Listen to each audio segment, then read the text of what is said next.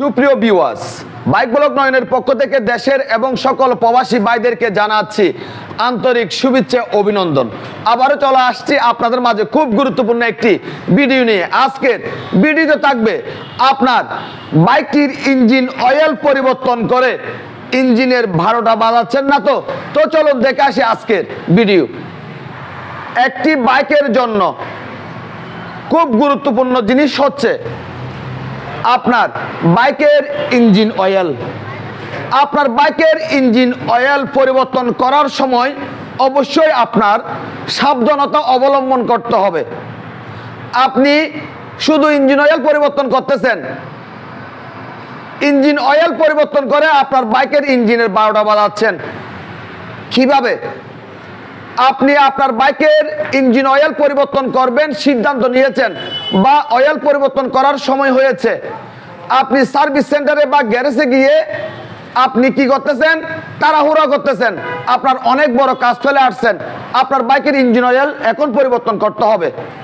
বাইকের ইঞ্জিন অতিরিক্ত গরম অবস্থায় যখন আপনার বাইকের ইঞ্জিন অয়েল দিবেন তখন আপনার বাইকের ইঞ্জিনের ক্ষতি হবে।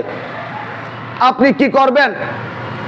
আপনি সার্ভিস সেন্টারে যাবেন, গিয়ে 10 মিনিট ওয়েট করবেন। 10 মিনিটের মধ্যে আপনি আপনার বাইকের অন্যান্য কাজগুলি করে নিতে পারেন, যেমন চেইন অ্যাডজাস্ট করতে পারেন, প্লাগ পরিষ্কার করতে পারেন, ব্রেক অ্যাডজাস্ট করতে পারেন। এই কাজগুলি করাবেন। এই কাজগুলি করার পর আপনি মেকানিককে বলবেন আপনার বাইকের ইঞ্জিন অয়েল পরিবর্তন করার জন্য। 10 মিনিট ওয়েট করার পর যখন ইঞ্জিন অয়েল পরিবর্তন করবেন করলে ইঞ্জিন ভালো থাকবে। কারণ হচ্ছে আপনি বাইকটি চালিয়ে আসছেন, আসার পর 10 মিনিট ওয়েট করছেন, যেই অয়েলগুলি উপরের দিকে উঠছে, উপর থেকে অয়েলগুলি আস্তে আস্তে নিচের দিকে, একদম নিচের দিকে চলে আসছে, তখনই আপনার বাইকের ইঞ্জিন অয়েল দিবেন। আপনার বাইকের ইঞ্জিনের ভিতর থাকা ময়লা এবং ইঞ্জিন অয়েল সব কিছু বের হয়ে যাবে। আর যদি তাড়াহুড়া করে যদি অয়েল পরিবর্তন করেন সেক্ষেত্রে ইঞ্জিনের 12টা বাজবে। তাই ইঞ্জিনের 12টা না বাজার জন্য তাড়াহুড়া করবেন না, আস্তে ধীরে আপনার বাইকের ইঞ্জিন অয়েল পরিবর্তন করবেন। আবার অনেকে বাইকটি সারা রাত বাসায় পার্কিং করে রাখবে, রাখার পর নিজে নিজে মেকানিক সেজে সকালবেলা ঘুম থেকে উঠে ইঞ্জিন অয়েল দেয়। এই ভুলটা করা যাবে না। আপনার বাইকের ইঞ্জিন একদম ঠান্ডা অবস্থায় ইঞ্জিন অয়েল দেওয়া যাবে না। যদি একদম ঠান্ডা অবস্থায় ইঞ্জিন অয়েল দেন সেক্ষেত্রে কি হবে? আপনার বাইকের ইঞ্জিনের চারিদিকে অনেকগুলি ময়লা লেগে থাকে, ওই ময়লাগুলি আর বাইর হবে না, শুধু অয়েলগুলি বের হয়ে চলে আসবে। ওই ময়লাগুলি সহ বাইর করার জন্য অবশ্যই আপনার বাইকের ইঞ্জিন একটু গরম থাকতে হবে। গরমটা যেমন মনে করেন অতিরিক্ত গরম না, 60 ডিগ্রি গরম। 60 ডিগ্রি গরমের ভিতর আপনার বাইকের ইঞ্জিন অয়েল পরিবর্তন করবেন, বাইকের ইঞ্জিন দীর্ঘদিন ভালো থাকবে। এবং আপনার বাইকের মধ্যে যদি অয়েল ফিল্টার থাকে, অয়েল পরিবর্তন করার সময় আপনার বাইকের অয়েল ফিল্টার পরিবর্তন করবেন। আর যে বাইকগুলির মধ্যে অয়েল ফিল্টার নাই, অবশ্যই প্রতি 2000 থেকে 3000 কিলোমিটারের মধ্যে ইঞ্জিন অয়েল পরিবর্তন করার সময় অয়েল স্টেনার থাকে, যেমন Pulsar bike, oil স্টেনার, clutch cover খুলে অয়েল স্টেনার পরিষ্কার করে নেবেন।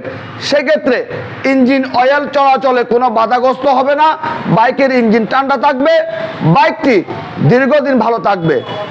এবং আপনার বাইকের ইঞ্জিন অয়েল পরিবর্তন করার সময় অবশ্যই ইঞ্জিন অয়েলের গেট ঠিক রাখবেন। কোম্পানি থেকে বলা হয়েছে আপনার বাইকটিতে 20W50 গ্রেডের অয়েল ব্যবহার করবেন অথবা ম্যানুয়াল বইটি ফলো করবেন। সেক্ষেত্রে আপনার বাইকের ইঞ্জিন দীর্ঘদিন ভালো থাকবে।